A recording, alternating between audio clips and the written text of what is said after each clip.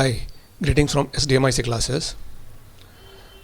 Desire, decision and determination. These are required for achieving any goals in life. If you have these, nothing is impossible for a brave and hard-working person with a willing mind. Chapter 1, Introduction to Bookkeeping and Accountancy. This is a part 7, 7th class. Hope you must have watched the previous classes. I believe you all must have understood. I request you all to pay attention. Let us continue. In the previous class, we learned some important concepts of accounting. Those are some 12 points we learned. Business entity concept, money measurement concept, we discussed in detail. Cost concept, consistency concept, conservatism concept, going concern concept, realization concept, accrual concept, dual aspect concept, disclosure concept, materiality concept, and matching concept. And now after completing this, I have already explained all these 12 points in detail.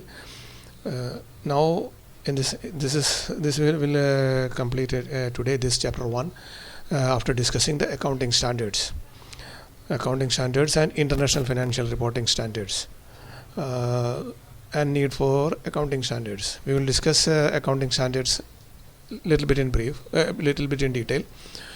So what I am telling you, why accounting standards are required. You have a thought of that? Any thought? See, accounting standards are required to standardize means one particular system, so that anyone can understand the financial statements, financial reporting. Whatever reported in the financial statement should understand. For example, just imagine in India there are millions of companies, business organizations. So if each organization maintain accounts in separate way, means as per their choice, is it going to work out for any tax authorities or a banking institution or any other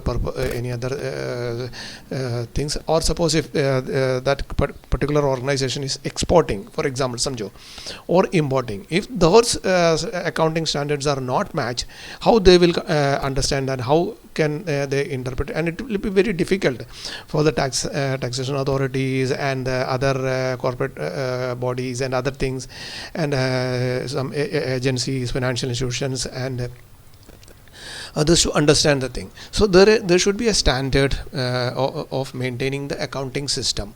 That's why an accounting standards needs to be maintained. Now let us continue with the accounting standards. Accounting standards and IFRS. Accounting standards provide the framework and norms to be followed in accounting, so that financial statements of different enterprises become comparable. It is necessary to standardize the accounting principle to ensure consistency, comparability, adequacy, and reliability of the financial reporting. I already explained that why accounting standards are required, why they should be required, and we will in this slide later we will study what is the need for accounting standards. So if there is no need, then there is no need of preparing an accounting standard. There is a need, that is the reason accounting standards are prepared. Why it is required? Because means I have just given an example. If there are lakhs of business units maintains accounts in their way, in their as per their choice, as per their method, then it will be very difficult to understand the thing. So to study the accounting, commerce and accounting, all these things, and a standard format and standard method should be used in order to get an consistency, comparability, adequacy and reliability of the financial reporting. So accounting standards provide framework and norms to be followed in accounting so that financial statements of different enterprises become comparable. तो क्या है means जो for example अगर जो भी आप लोग जो अकाउंटिंग जो पढ़ के आ रहे हैं मीन्स अकाउंटेंसी पढ़ के आ रहे हैं वो अकाउंटेंसी अगर एक प्रॉपर सिस्टम में नहीं रहेगा, अगर समझो लैक्स ऑफ अगर ये जो रहेगा अलग अलग टाइप का रहेगा तो then it is difficult to study and too difficult to compare and एक तरीके से जो सिखा रहेगा उसको वही इसमें होना जॉब करना पड़ेगा. सपोज अगर आपको ये जो एक स्टैंडर्डाइज्ड फॉर्मेट में जो अगर अकाउंटिंग सीखेगा then you can just go to the any organisation and just do the accounting job. Okay, or if a chartered accountant अगर वो एक particular तरीके के पढ़ा रहेगा then he cannot be able to audit and certify all the types of accounts. So there should be some standard procedure, some standard method to understand the thing accounting. So when you study and come to a job profession में आ जाएगा then that system should be followed. वो system accountant follow करता है, okay, to that particular system so that mostly सब एक तरीके से means systematic तरीके से आ जाएगा. That can it is necessary to standardize the accounting principle to ensure consistency, comparability, adequacy and reliability of the financial reporting. Let us move to the other part. As per Kohler, accounting standards are codes of conduct imposed by customs laws or professional bodies for the benefit of public accountants and accountants in general. समझो कोई भी जो public accountant या एक general accountant जो accounting करने वाला जो रहता है या chartered accountants, public accountants, professionals और ये जो है उसको एक standards codes of conduct ये करने के लिए जो इम्पोज करने के लिए जो बनाया हुआ है, ठीक है. That means it should be standardised. ये जो एक पर्टिकुलर तरीके से जो बनाया हुआ है मतलब वो तरीके से काम करने के लिए और ये तरीके से चेकिंग करने के लिए ऑडिटिंग या इंस्पेक्शन या चेकिंग करने के लिए उस पर्टिकुलर तरीके से impose by custom loss and और प्रोफेशनल बॉडीज़. प्रोफेशनल बॉडीज़ बोलेगा तो मीन्स अपना institute of Chartered Accountants of India और अकाउंटिंग स्टैंडर्ड बोर्ड एक्सेट्रा ये सब जो है उसके हिसाब से. एंड ये जो अपना जो इंडिया का अगर समझो हम लोग अफ्रीका में या अमेरिका में या नहीं तो ब्रिटेन में या नहीं तो कोई भी कंट्रीज में हम लोग जो एक्सपोर्ट कर रहे हैं या वहाँ का मटेरियल हम लोग यहाँ इंपोर्ट कर रहे हैं then what need a standard accounting procedure, standard method. Then only the financial statements can be understand. Means that should be made understand that particular statement. For example एक पर्टिकुलर तरीके से पूछेगा आपका जो अकाउंटिंग के स्टेटमेंट दे दो, financial statement दे दो. वो फाइनेंशियल स्टेटमेंट अलग तरीके से जो स्टैंडर्ड प्रोसीजर में नहीं रहेगा दूसरा तरीके से देगा तो we will never come to know what is that means. और अपना उधर भेजेगा फाइनेंशियल रिपोर्टिंग फाइनेंशियल स्टेटमेंट्स तो वहाँ वो अलग अलग हज़ार अलग तरीके से बनाया रहेगा तो then that they can not understand that. No, so we need a standard procedure to explain, to know the things. That is the reason a standard method is made. Thus, accounting standards are written policy documents issued by the expert accounting body or by government or by other regulatory body covering the aspects of recognition, measurement, treatment, presentation and disclosure of accounting transaction and events in the financial statements. तो बताया means जो particular जो regulatory bodies रहेगा या कुछ accounting standard body in India, Institute of Chartered Accountants of India and Accounting Standards Board etcetera और government agencies for example for the purpose of taxation तो income tax and direct board of direct taxes all this thing no this come. तो उसके लिए एक particular standard of accounting system चाहिए. That way it is made and that those they will be the governing and advising body to formulate the standards. Now, need for accounting standards. Whatever we do, there should be a need. If the need is not there, then it is not required. For example, हम जो काम क्यों करते हैं अपने we need our basic needs like food, shelter, means then clothes, etc. So that's the reason we do job. Same way, if accounting standards, if there is no need, then there is no need of making that. No, since there is a need for the accounting standards, it is prepared. So what are the needs? Why we need these accounting standards? to promote better understanding of financial statements, to help accountants to follow uniform procedures and practices, to facilitate meaningful comparison of financial statements of two or more entities, to enhance reliability of financial statements, to meet the legal requirements of effectively. Promote better understanding of financial statements को अच्छी तरह से समझने के लिए ये particular procedure method बनाना पड़ता है. ऑलरेडी हम लोग ने एक्सप्लेन किया है. Help accountants to follow uniform procedures and practices, ये भी हमने बताया. मीन्स मतलब अकाउंटेंट जो पर्टिकुलर तरीके से करेगा, तो ये जो एक ही पर्टिकुलर तरीके से सीखे उस पर्टिकुलर तरीके से करेगा, करने के लिए एक मेथड, एक गाइडेंस, एक रूल्स बनाया हुआ रहता है. वो एक प्रैक्टिस, एक प्रोसीजर, एक कस्टम, एक सिस्टम बनाया हुआ रहता है. That is a thing. To facilitate meaningful comparison of financial statement two or more entities. Same तरीके से जो भी इतना भी रहेगा, जो फैसिलिटेट कंपैरिजन कर सकते हैं फाइनेंशियल स्टेटमेंट्स को कंपैरिजन करने के लिए. और to enhance reliability of financial statement. वो फाइनेंशियल स्टेटमेंट्स अगर बनाया, अगर उसमें अगर पर्टिकुलर स्टैंडर्ड में बनाया हुआ रहेगा, उसमें रिलायबिलिटी मतलब विश्वास, और उसमें डिपेंड, ये हम ज़्यादा विश्वास कर सकते हैं. If it is not made in a proper way, then उसमें विश्वास की बात थोड़ा कम हो जाता है. मतलब वो पर्टिकुलर सिस्टम जिसका तरीके से बनाया रहेगा, तो उसमें कैसा भरोसा करेगा. तो एक सिस्टम बना हुआ रहता है. वो सिस्टम को समझो, वो पर्टिकुलर सिस्टम में जो बनाया हुआ अकाउंट स्टेटमेंट्स को अगर ऑडिट करके सर्टिफाई करके देगा, their reliability will be more. To meet the legal requirements effectively. जो लीगल बॉडीज़ को जो रिक्वायरमेंट जो होता है, वो इफेक्टिवली मीट करने के लिए ये अकाउंटिंग स्टैंडर्ड्स जरूरी है. तो हम लोग ने 5 पॉइंट्स ये बताया. Two need for accounting standards. तो you just learn this. Sometimes ये क्वेश्चन में ask what is the need for accounting standards. To promote better understanding of financial statements, to help accountants to follow uniform procedures and practices, to facilitate meaningful comparison of financial statements of two or more entities, to enhance reliability of financial statements, to meet legal requirements effectively. Understood? Now, before moving to the accounting standards, means Indians, what we follow in India, we just see what is International Financial Reporting Standards. So that is IFRS. We have means just shown here. See this thing, IFRS. So what I am telling you, let us see what is International Financial Reporting Standards, because while preparing the accounting standards, these International Financial Reporting Standards also should be considered. वो भी लेके उसको करना पड़ेगा, क्योंकि अभी तो world is means open market. कहीं से भी बैठ के ट्रेडिंग करता है.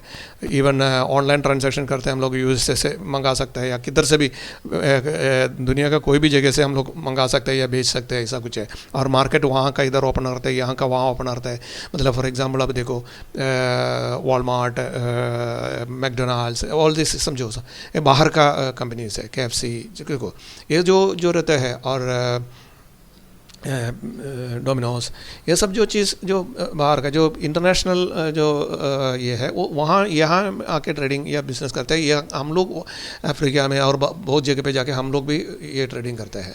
और वहाँ से जो कुछ मटेरियल अगर यहाँ से इंपोर्ट करते हैं, यहाँ के मटेरियल वहाँ हम लोग एक्सपोर्ट भी करते हैं. तो कुछ स्टैंडर्ड फॉर्मेट चाहिए फाइनेंशियल स्टेटमेंट्स को. तो उसके लिए ये जो international financial reporting standards also should be considered while preparing the accounting standards in India of any country. International financial reporting standards are issued by the international accounting standards boards. उसके लिए एक international accounting standards boards रहता है. तो international accounting standards boards, IASB, international accounting standards boards. Now international financial reporting standards is a set of international accounting standards stating how particular types of transactions and other events should be reported in financial statements है. ये कैसा, ये जो financial statements में कैसा वो particular जो particular types of transaction को record करना है और show करना है या report करना है, वो mention किया हुआ रहता है, state किया हुआ रहता है, stipulate किया हुआ रहता है. इस तरीके से करना है करके. तो international financial reporting standards IFRS are issued to develop accounting standards that would be acceptable worldwide and to improve financial reporting internationally. ये जो IFRS का इंटरनेशनल फाइनेंशियल रिपोर्टिंग स्टैंडर्ड्स का जो डेवलप किया हुआ है, जो accounting standards world wide accepted है. तो करना तो पड़ेगा ना, क्योंकि ना वो मीन्स वर्ल्ड वाइड मार्केट है, पूरा दुनिया अपना मार्केट बन गया है, मतलब किधर से भी ट्रेडिंग कर सकता है, इम्पोर्ट एक्सपोर्ट है, सब कुछ कर सकता है। तो ये एक world wide acceptable accounting standards होना चाहिए, that is international financial reporting standards. Now let us move to other part, accounting standards in India. In India, standards of accounting is issued by the Institute of Chartered Accountants of India, ICAI. The Council of Institute of Chartered Accountants of India constituted Accounting Standards Board, that is ASB, Accounting Standards Boards, on 21st April 1997, recognizing the need of accounting standards in India. India का जो accounting standards को जो उसको उसका समझ के कुछ एक स्टैंडर्ड ये जो बनाया हुआ है, किसने बनाया है? Accounting standards boards, accounting standard boards, okay. Accounting standard boards formulate accounting standards so that such standards may be established by the Council of Institute of India, Institute in India. The Accounting Standards Board will consider the applicable law, custom, usage, business environment and international accounting standards while framing accounting standards in India. तो ये जो अपना accounting standard जो particular एक common system of accounting system को जो बनाया था, सम रूल्स रेगुलेशंस, ये तरीके से प्रेजेंट करने का, ये सब जो सिस्टम है वो एक अपना मीन्स जो एप्लीकेबल लॉ, जो भी कंट्री का जो एप्लीकेबल लॉ रहता है, जो अपना इंडिया का जो एप्लीकेबल लॉ रहता है, उसको कंसिडर करना, उसमें उसके हिसाब से होना चाहिए, और अपना कस्टम्स और यूसेज कैसा यूसेज होता है, बिजनेस एनवायरनमेंट, बिजनेस का एनवायरनमेंट क्या है, एंड इंटरनेशनल अकाउंटिंग स्टैंडर्ड्स, और उसमें international accounting standard also will be considered while framing the accounting standard. समझ में आया? It's not that much difficult, just now हम लोग है ना कुछ वो 10 अकाउंटिंग स्टैंडर्ड्स है वो हम लोग ब्रीफली डिस्कस करके जाते हैं, okay. Accounting Standard 1, Disclosure of Accounting Policies, 14/1991 for companies and 14/1993 में वो for others, 1991 में कंपनीज के लिए बनाया था, 1993 में for others के लिए बनाया था कुछ अकाउंटिंग स्टैंडर्ड्स का, accounting standards. According to this standard, accounting policies followed in the preparation and presentation of financial statements should form part of the financial statements and normally be disclosed in one place. It's not that much difficult. Accounting standards किसके लिए बनाया था? वो policies जो बनाया है followed in the preparation and presentation, preparation, और preparation क्यों करता है? प्रेजेंट करने के लिए। किसको प्रेजेंट करने के लिए? उसका जो अथॉरिटीज़ के लिए। देयर आर वेरियस अथॉरिटीज़, वो सब हम लोग ने पहले डिस्कस हो चुका है, ठीक है। तो वो स्टेटमेंट्स किसके लिए बनाता है? जो उसका रिक्वायर्ड अथॉरिटीज़ रहता है, जस्ट उन लोगों के लिए जो बनाता है, वो जो बनाता है वो उसका वो पर्टिकुलर एक तरीका बनाता है, ठीक है। दैट पॉलिसीज़ के हिसाब से बनाना चाहिए। Second, accounting standard valuation of inventories, वो 14/1999 में वैल्यूएशन ऑफ इन्वेंट्रीज कैसा होना चाहिए इसका। According to this standard, inventories in general should be valued at lower और of historical cost and net realizable value. ये हम लोग ने मीन्स इसमें भी सीखा हुआ है अकाउंटिंग कॉन्सेप्ट्स में भी, ओके। तो अकॉर्डिंग टू दिस, लेकिन ये स्टैंडर्ड जो बनाया हुआ है ये तरीके से उसका वैल्यूएशन होना चाहिए करके, नहीं रहेगा इसके जिसके हिसाब से करेगा तो वो नहीं होएगा। तो एक पर्टिकुलर सिस्टम बनाया हुआ है। According to this inventory standard, inventories in general should be valued at lower of historical cost. जो एक्विजिशन कॉस्ट है, जो भी कॉस्ट है, जो अकाउंटिंग जो रहता है वैल्यूड एट लोअर ऑफ, उसमें जो भी लोअर रहेगा historical cost and net realisable cost, दस मार्केट वैल्यू, मार्केट कॉस्ट जो अभी का प्रेजेंट वैल्यू क्या है उसके हिसाब से होगा। अगर बुक वैल्यू अगर हाई रहेगा और मार्केट वैल्यू कम रहेगा तो लोवेस्ट ले लेते हैं इन्वेंट्रीज वैल्यूएशन में, या मार्केट वैल्यू कम रहेगा, हिस्टोरिकल कॉस्ट ज़्यादा रहेगा तो मार्केट वैल्यू ले लेते हैं, like that it is, which ever is lower वो ले लेते हैं, उसका सिस्टम वो है। वो आप लोग सब ये भी हायर क्लासेस में मतलब BCom और MCom या CA करेगा, CA का में जाएगा तो ये जो इन्वेंटरीज का सब है ना, ये जो आता है तो ऑटोमेटिक आप लोग बहुत सारा अगर अकाउंट्स ऑडिट करते जाएगा ये सब है ना, ये सब एप्लीकेबल हो जाते हैं। तो यहाँ से आप लोग बेसिक बन जाता है, क्योंकि वैल्यूएशन ऑफ इन्वेंटरीज ना the cost or market price, cost of acquisition or cost of purchase or market value, whichever is lower, वो basis पे लेते हैं valuation. Now accounting standards 3, cash flow statements. According to this standard, a cash flow statement is prepared and presented for the period for which the profit and loss account is prepared. इसमें एक cash flow is very important. Cash flow का लिए मैंने एक general video for general common public के लिए बनाएगा, तो आप वो टाइम में वो देख सकते हैं। Cash flow is very important, क्योंकि अपना जो प्रोजेक्ट रिपोर्ट ये सब जो बनाएगा, so a cash flow is prepared. Cash flow is prepared for the purpose of either management, जो many authorities no this cash flow statement is prepared. If you want to go for a loan और आपको कुछ apprise करवाना है, then also you have to prepare a cash flow statement. तो cash flow statements is required. तो according to this standard, a cash flow statement is prepared and presented for the period for which the profit and loss account is prepared. Profit and loss account जो prepare किया हुआ रहेगा और उसमें balance sheet and जो finance statement आएगा उसमें से जो कैश फ्लो स्टेटमेंट बनाना बनता है। AS6 depreciation accounting. अभी डिप्रिसिएशन को कैसा अकाउंटिंग करते हैं, उसका वो कैसा प्रिपेयर करते हैं, डिप्रिसिएशन को कैसा मीन्स जो वर्कआउट करते हैं और उसका अकाउंटिंग ऐसा करते हैं। According to this standard, depreciation amount of an asset should be allocated on a systematic basis for each accounting period during the useful life of an asset. जितना उसका जो यूज़फुल रहेगा, फॉर एग्जांपल एक machinery लिया, 1 करोड़ का machinery समझो, वो 1 करोड़ का मशीनरी वो डिप्रिशिएट करते करते करते जाएगा और जब तक वो यूज़ रहेगा, जब तक यूज़ रहेगा तब तक। अगर समझो उसको पूरा यूज़लेस हो गया तो उसको स्क्रैप वैल्यू में ये करता है और पूरा राइट ऑफ कर लेते हैं उसमें सिस्टम में से या मीन्स असेस रजिस्टर में से, या जब तक उसका यूज़फुल लाइफ है, यूज़फुल लाइफ रहेगा तब तक उसको राइट ऑफ करते जाएगा पर्टिकुलर परसेंटेज रख के। Okay, so that is the method. और वो उसका जो डिप्रिसिएशन अमाउंट अपना means profit and loss account में डेबिट करता है और जितना जो डिप्रिसिएटेड अमाउंट है एवरी ईयर वो जो रिटर्न डाउन वैल्यू में से डिडक्ट करते जाएगा और बैलेंस कैरी फॉरवर्ड करते जाएगा। तो according to this standard, depreciation amount of an asset should be allocated on a systematic basis for each accounting period during the result useful life of asset. As 8, accounting for research and development, 1491 for companies, 1991 for companies and 1993 for others.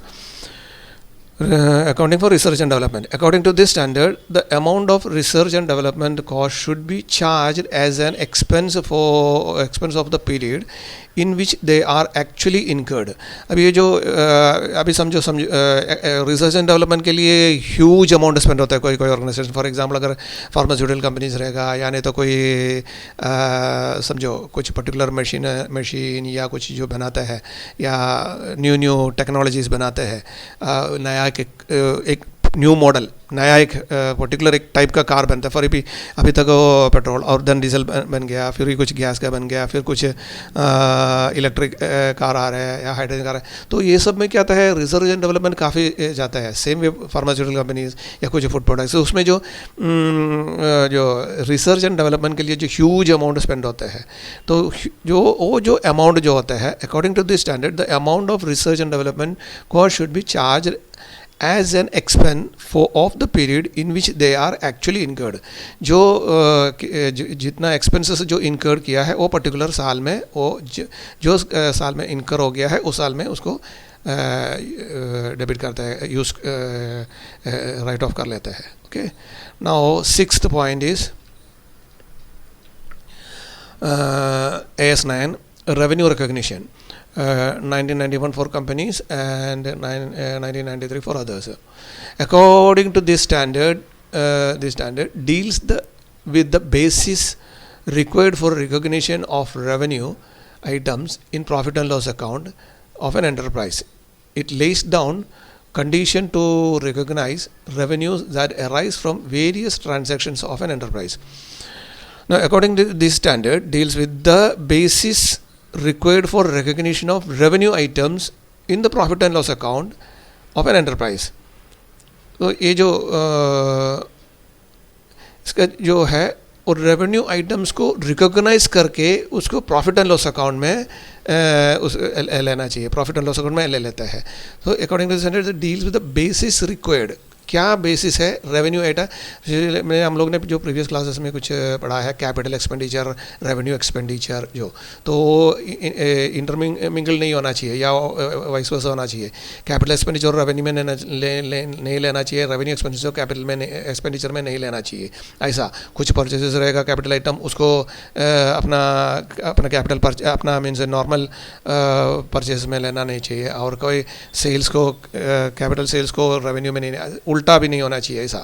तो this things should be considered. क्या है उसका parameter, क्या है वो इसमें ये revenue recognition इसमें दिया हुआ है अकाउंटिंग स्टैंडर्ड में. Now S10 accounting for fixed assets, 1991 for companies and 1993 for others. So according to this standard, the cost of fixed assets should comprise of the original cost and any attributable cost of bringing the asset to its working conditions for its intended use. The fixed assets should be eliminated from the financial statements on disposal or when no further benefit is expected from their use. अभी हम लोगों ने depreciation में बताया, ठीक है. तो जब तक वो एसेट वैल्यू रहेगा तब तक उसको डिप्रिशिएट करेगा. फाइनली अगर when it is not in use, अगर बिल्कुल यूजेबल नहीं है तो उसको राइट ऑफ कर लेता है, स्क्रैप सेल कर लेता है, निकाल देता है, ठीक है, एसेट रजिस्टर में से निकालते हैं. तो सेम उसका जो अकाउंटिंग ऑफ फिक्स्ड एसेट्स भी उसकी ये वो तरीके से आ गया. तो according this standard cost of fixed assets, अभी एसेट्स लाएगा, उसका वैल्यू है समझो 10 लाख, और 10 लाख का जो मटेरियल लाने के लिए 1 लाख का जो ट्रांसपोर्टेशन एक्सपेंस हो गया अपना फैक्ट्री तक लाने के लिए, और कमीशन करने के लिए समझो 1 लाख और एडिशन हो गया, मतलब इंस्टॉलेशन ये सब चीज़ के लिए एडिशनल 1 लाख खर्चा हो गया. तो कितना हो गया कॉस्ट ऑफ परचेस, कितना है 10 लाख, और ट्रांसपोर्टेशन और ये सब जो बाकी फ्रीट और ये जो भी जो दिया है वो सब कितना है 1 लाख. तो कितना हो गया 11 लाख, और बाकी का क्या है कमीशन, मतलब सेटिंग अप, इंस्टॉलेशन, वो मशीनरी लाया और लेके आके उधर रखेगा तो नहीं चलेगा, उसको काम पे लाने के लिए उसको इंस्टॉल करना पड़ेगा, उसको वर्किंग कंडीशन में लाना पड़ेगा, तो उसके लिए वो इंस्टॉल करके उसको चला के दिखाना पड़ेगा. तो चलाएगा तब तक का जो कॉस्ट जो रहता है, मतलब जो उसमें जो to make use of that machinery, उसमें कुछ इंस्टॉलेशन चार्जेस जो लगा है वो सपोज दैट इज़ 1 लाख, तो टोटल कितना हो गया 12 लाख. तो cost of machinery is not 10 lakh, it is 12 lakh. Fixed assets का वैल्यू ले लेगा 12 लाख. जितना भी वो उसमें जो कॉस्ट ऐड होएगा till installation till to put it to use, उधर तब तक का कॉस्ट उसमें जो लगता है वो सब उसको कैपिटलाइज करेगा, उसको कैपिटलाइज बोलता है. कैपिटलाइज करके वो टोटल फिक्स्ड एसेट्स में, टोटल मशीनरी में आ जाता है, टोटल फिक्स्ड एसेट्स में आ जाता है. Okay, that is the thing. And the fixed asset should be eliminated. जब तक वो रहेगा तब तक वो फाइनेंशियल स्टेटमेंट्स में वो डिप्रिशिएट करते जाएगा, और when no further benefit is expected from the use तब तक वो रहेगा, और उसके बाद में अगर यूज़ नहीं रहेगा उसको निकाल देता है. That is elimination of the asset from the financial statements और fixed assets register. Now 8 point AS12 accounting for government grants. अभी बहुत सारा ऑर्गेनाइजेशन को गवर्नमेंट ग्रांट्स मिलते हैं, तो उसके लिए वो जो गवर्नमेंट ग्रांट्स के लिए जो कैसा जो अकाउंटिंग करना पड़ेगा, दो सिस्टम वो है, ये accounting standards for government grants है. According to this standard, government grant should be recognized when there is an assurance that the enterprise will comply with the conditions attached to them. इसमें जो भी conditions जो इसमें stipulate किया रहेगा, जो accounting इसमें वो अप्लीकेबल किया रहेगा, उसी तरीके से जो किया रहेगा तो ही ये गवर्नमेंट ग्रांट अप्लाई होता है। मतलब जो गवर्नमेंट ग्रांट्स के लिए कुछ पर्टिकुलर प्रोसीजर्स बताया रहेगा, ये मेथड ऑफ अकाउंटिंग ऐसा होना चाहिए, उसी तरीके से रहेगा। तो समझो फॉर एग्जांपल कोई इसमें समझो 10 लाख 50 लाख या कुछ ग्रांट्स मिलना है, तो समझो वो पर्टिकुलर तरीके से जो जिस तरीके से जो गवर्नमेंट बॉडी को चाहिए, अथॉरिटी को चाहिए for the purpose of releasing the grant, उस तरीके से नहीं बना के देगा तो we will not get that, grant will be loss. So for that purpose it is prepared accounting standards for grants है। Now AS 13 accounting for investments, और 1995 में जो बनाया इन्वेस्टमेंट्स के लिए, क्योंकि उसमें वो टाइम में वो सब टाइम में तो इन्वेस्टमेंट्स मतलब स्टॉक ट्रेडिंग एक्सेट्रा सब है ना, बहुत ज़्यादा ये बढ़ गया था, तो उधर के लिए एक अकाउंटिंग स्टैंडर्ड्स। अभी नया आगे कुछ नया कुछ आ गया तो उसके लिए कुछ अलग से एक अकाउंटिंग स्टैंडर्ड बनाएगा। फॉर एग्जांपल कुछ नया बिजनेस आ गया, पहला अपना कंप्यूटर और सिस्टम नहीं था, उसके बाद में वो कंप्यूटर आ गया तो उसका तरीके से जो कुछ सिस्टम बनाया। सेम वे जो इन्वेस्टमेंट से पहले इतना ये नहीं था, लेकिन बाद में वो स्टॉक मार्केट और ये सब जो ज़्यादा प्रोमिनेंट होने लगा, बहुत ज़्यादा इंपॉर्टेंस होने लगा, ज़्यादा पब्लिक इसमें ये मालूम पड़ गया, ये हो गया। और टेलीकम्युनिकेशन का मतलब इंटरनेट और ये सब का जो ज़्यादा ये हो गया तो पब्लिक को ज़्यादा मालूम पड़ गया, तो ज़्यादा इन्वेस्टमेंट, तो उसके लिए एक particular accounting for investment standard बनाया। According to this standard an enterprise should disclose the current and long-term investments, distinction in financial statements. Current investments should be carried in the financial statements at the lower cost or fair value. However, long-term investments should always be carried in financial statements at cost price. तो इसमें दो चीज़ का होता है, एक short term investment होता है, एक लॉन्ग टर्म इन्वेस्टमेंट होता है, ठीक है। तो according to this standard an enterprise should disclose the current and long term investment distinction in financial statement.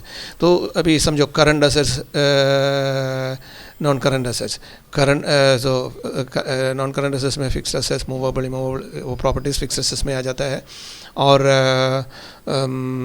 Current assets में अदर असेट्स आ जाता है। तो उस तरीके से अभी ये जो इन्वेस्टमेंट आ गया, इन्वेस्टमेंट में भी अंडर वन कॉमन हेड में current investment and long term investments आ जाते हैं। तो उसको स्पेसिफाई करना पड़ेगा, लॉन्ग टर्म इन्वेस्टमेंट कौन सा है और करंट इन्वेस्टमेंट कौन सा है। तो वाई, बिकॉज वो आराम से जल्दी मालूम पड़ जाएगा। मतलब ये जो लॉन्ग टर्म इन्वेस्टमेंट है तो वो स्टेटमेंट देखेगा, जो शीट लिस्ट ऑफ ये देखेगा तो मालूम पड़ जाएगा ये इतना पीरियड के लिए ये है। और शॉर्ट टर्म का रहेगा, फॉर एग्जाम्पल 1 ईयर 2 ईयर ये जो रहेगा, तो वो करंट का तो 1 ईयर का जो हो जाता है, सब with in the accounting period होना चाहता है। तो वो पर्टिकुलर रहता है, वो पर्टिकुलर देखेगा ये कभी के लिए कितना कभी मैच्योर होता है, ये सब करके उसका इंटरेस्ट मिल गया, इसका ये है या कैरी फॉरवर्ड करने का है, ये सब चीज़। तो current investment should be carried in the financial statement at lower cost और फेयर वैल्यू। वो करंट इन्वेस्टमेंट्स को लोअर कॉस्ट और फेयर वैल्यू पे ले लेते हैं। However, long-term investment should always be carried in financial statements at cost price. Long-term investment रहेगा वो cost price में ही carry forward होता है। Accounting 10th point as 22 accounting for taxes on income, ये 2001 में स्टैंडर्ड सेटअप किया हुआ है। उसके पहले भी तो इनकम टैक्स तो बहुत पहले से ही है, लेकिन एक particular standard taxes on income के लिए जो स्टैंडर्ड बनाया है, ठीक है, वो पहले वाला जो रिवाइज करके जो नया ये जो बनाया है। According to this standard tax expenses for the period comprising current tax and deferred tax should be included in the determination of the net profit or loss for the period. ये method के अनुसार, ये standard के अनुसार tax expenses for the period comprising current tax, वो particular साल का tax का जो रहता है इनकम के ऊपर जो टैक्स आता है, that is current tax and current year tax, and then deferred tax, वो डिफर हो जाते रहते हैं, मतलब कैरी फॉरवर्ड होते रहते हैं। मीन्स मतलब कुछ पार्ट रिड्यूस होते जाता है या कोई ऐड होता है या कुछ डिडक्ट करते जाता है, ऐसा। तो वो डिफर्ड टैक्स वो डिफर हो जाता है, वो should be included in the determination of the net profit or loss for the period. वो पर्टिकुलर पीरियड के लिए, जो पर्टिकुलर पीरियड में उसको इंक्लूड करना चाहिए to determine the net profit or loss, जो फाइनल नेट प्रॉफिट जो आता है उसके लिए। अभी समझ में आएगा। According to this standard, tax expenses for the period comprising current tax and deferred tax should be included in determination of the net profit or loss for the period. वो particular period के लिए जो net profit जो determine करने के लिए find out करने के लिए ये दोनों को current tax और deferred tax को इसमें include होना चाहिए tax expenses के इसमें। You understood this, no? So it is not that much complicated. Okay. Now let us conclude here, because after this we have completed on this explanation of this total this will be completed. Chapter 1 is completed. Now in the next class we will just revise that from the beginning.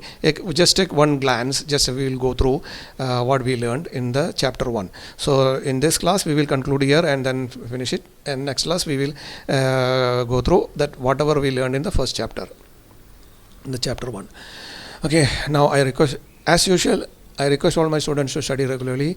If you don't understand, watch again and again, because I want my students to score full marks in the subject, or just close to 100% mark. It's possible if you work hard. Most important, you all must make a strong base in the subject that decides your career. Please read again and again, learn and practice to achieve your life's goal. Message: help each other to grow together for a better India. ठीक है, तरह बहुत सारा scopes है India में, जो अपना GDP बहुत आगे बढ़ रहा है ना, अपना इकोनॉमिक स्ट्रेंथ बहुत आगे बढ़ रहा है, तो जैसा मीन्स जो इकोनॉमिक ग्रोथ होता है कंट्री का, there will be more requirement of manpower. तो जल्दी सीख के अच्छा पोजीशन में आ जाओ, यू लर्न एंड सब आपस में हेल्प करके, जो मीन्स मतलब human power is the most power. Okay, अगर टैलेंटेड ह्यूमन रिसोर्स नहीं रहेगा तो कुछ काम नहीं होता है. अभी समझो कितना भी कंप्यूटर रहेगा, कुछ भी रहने दो, या कितना भी रोबोट्स रहने दो, कुछ भी रहने दो, ह्यूमन ब्रेन, ह्यूमन वाला जो ह्यूमन पावर है वो चाहिए. मैन पावर का बहुत ज़रूरत है. तो आगे जाके बहुत मैन पावर का रिक्वायरमेंट आएगा, ह्यूमन रिसोर्स का ज़रूरत है. तो जल्दी से जल्दी सीखे और learn and then get a good job और गेट इनटू ए प्रोफेशन और get into a business. Okay, now इसके लिए सब आपस में हेल्प करो. I request all you to share the videos to reach more and more people, so that many students can and public can take the benefit.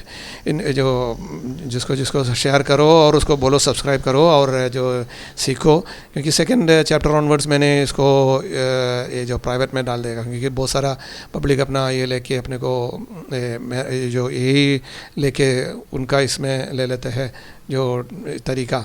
ठीक है, तो that I don't want two means just manipulate. और उसके बाद में उन लोगों को ट्रेडमार्क यानी तो ये ले लेगा, then I will not be able to give this type of classes. No, so I will make it private and copyright. तो इसके लिए ये पर्टिकुलर जो है आप लोग सब्सक्राइब करने के लिए रिक्वेस्ट करो, शेयर करके सब्सक्राइब करो और सीखो. ठीक है, you will have a good future, bright future. Just learn and practice, study well. Okay. Good luck. Thank you.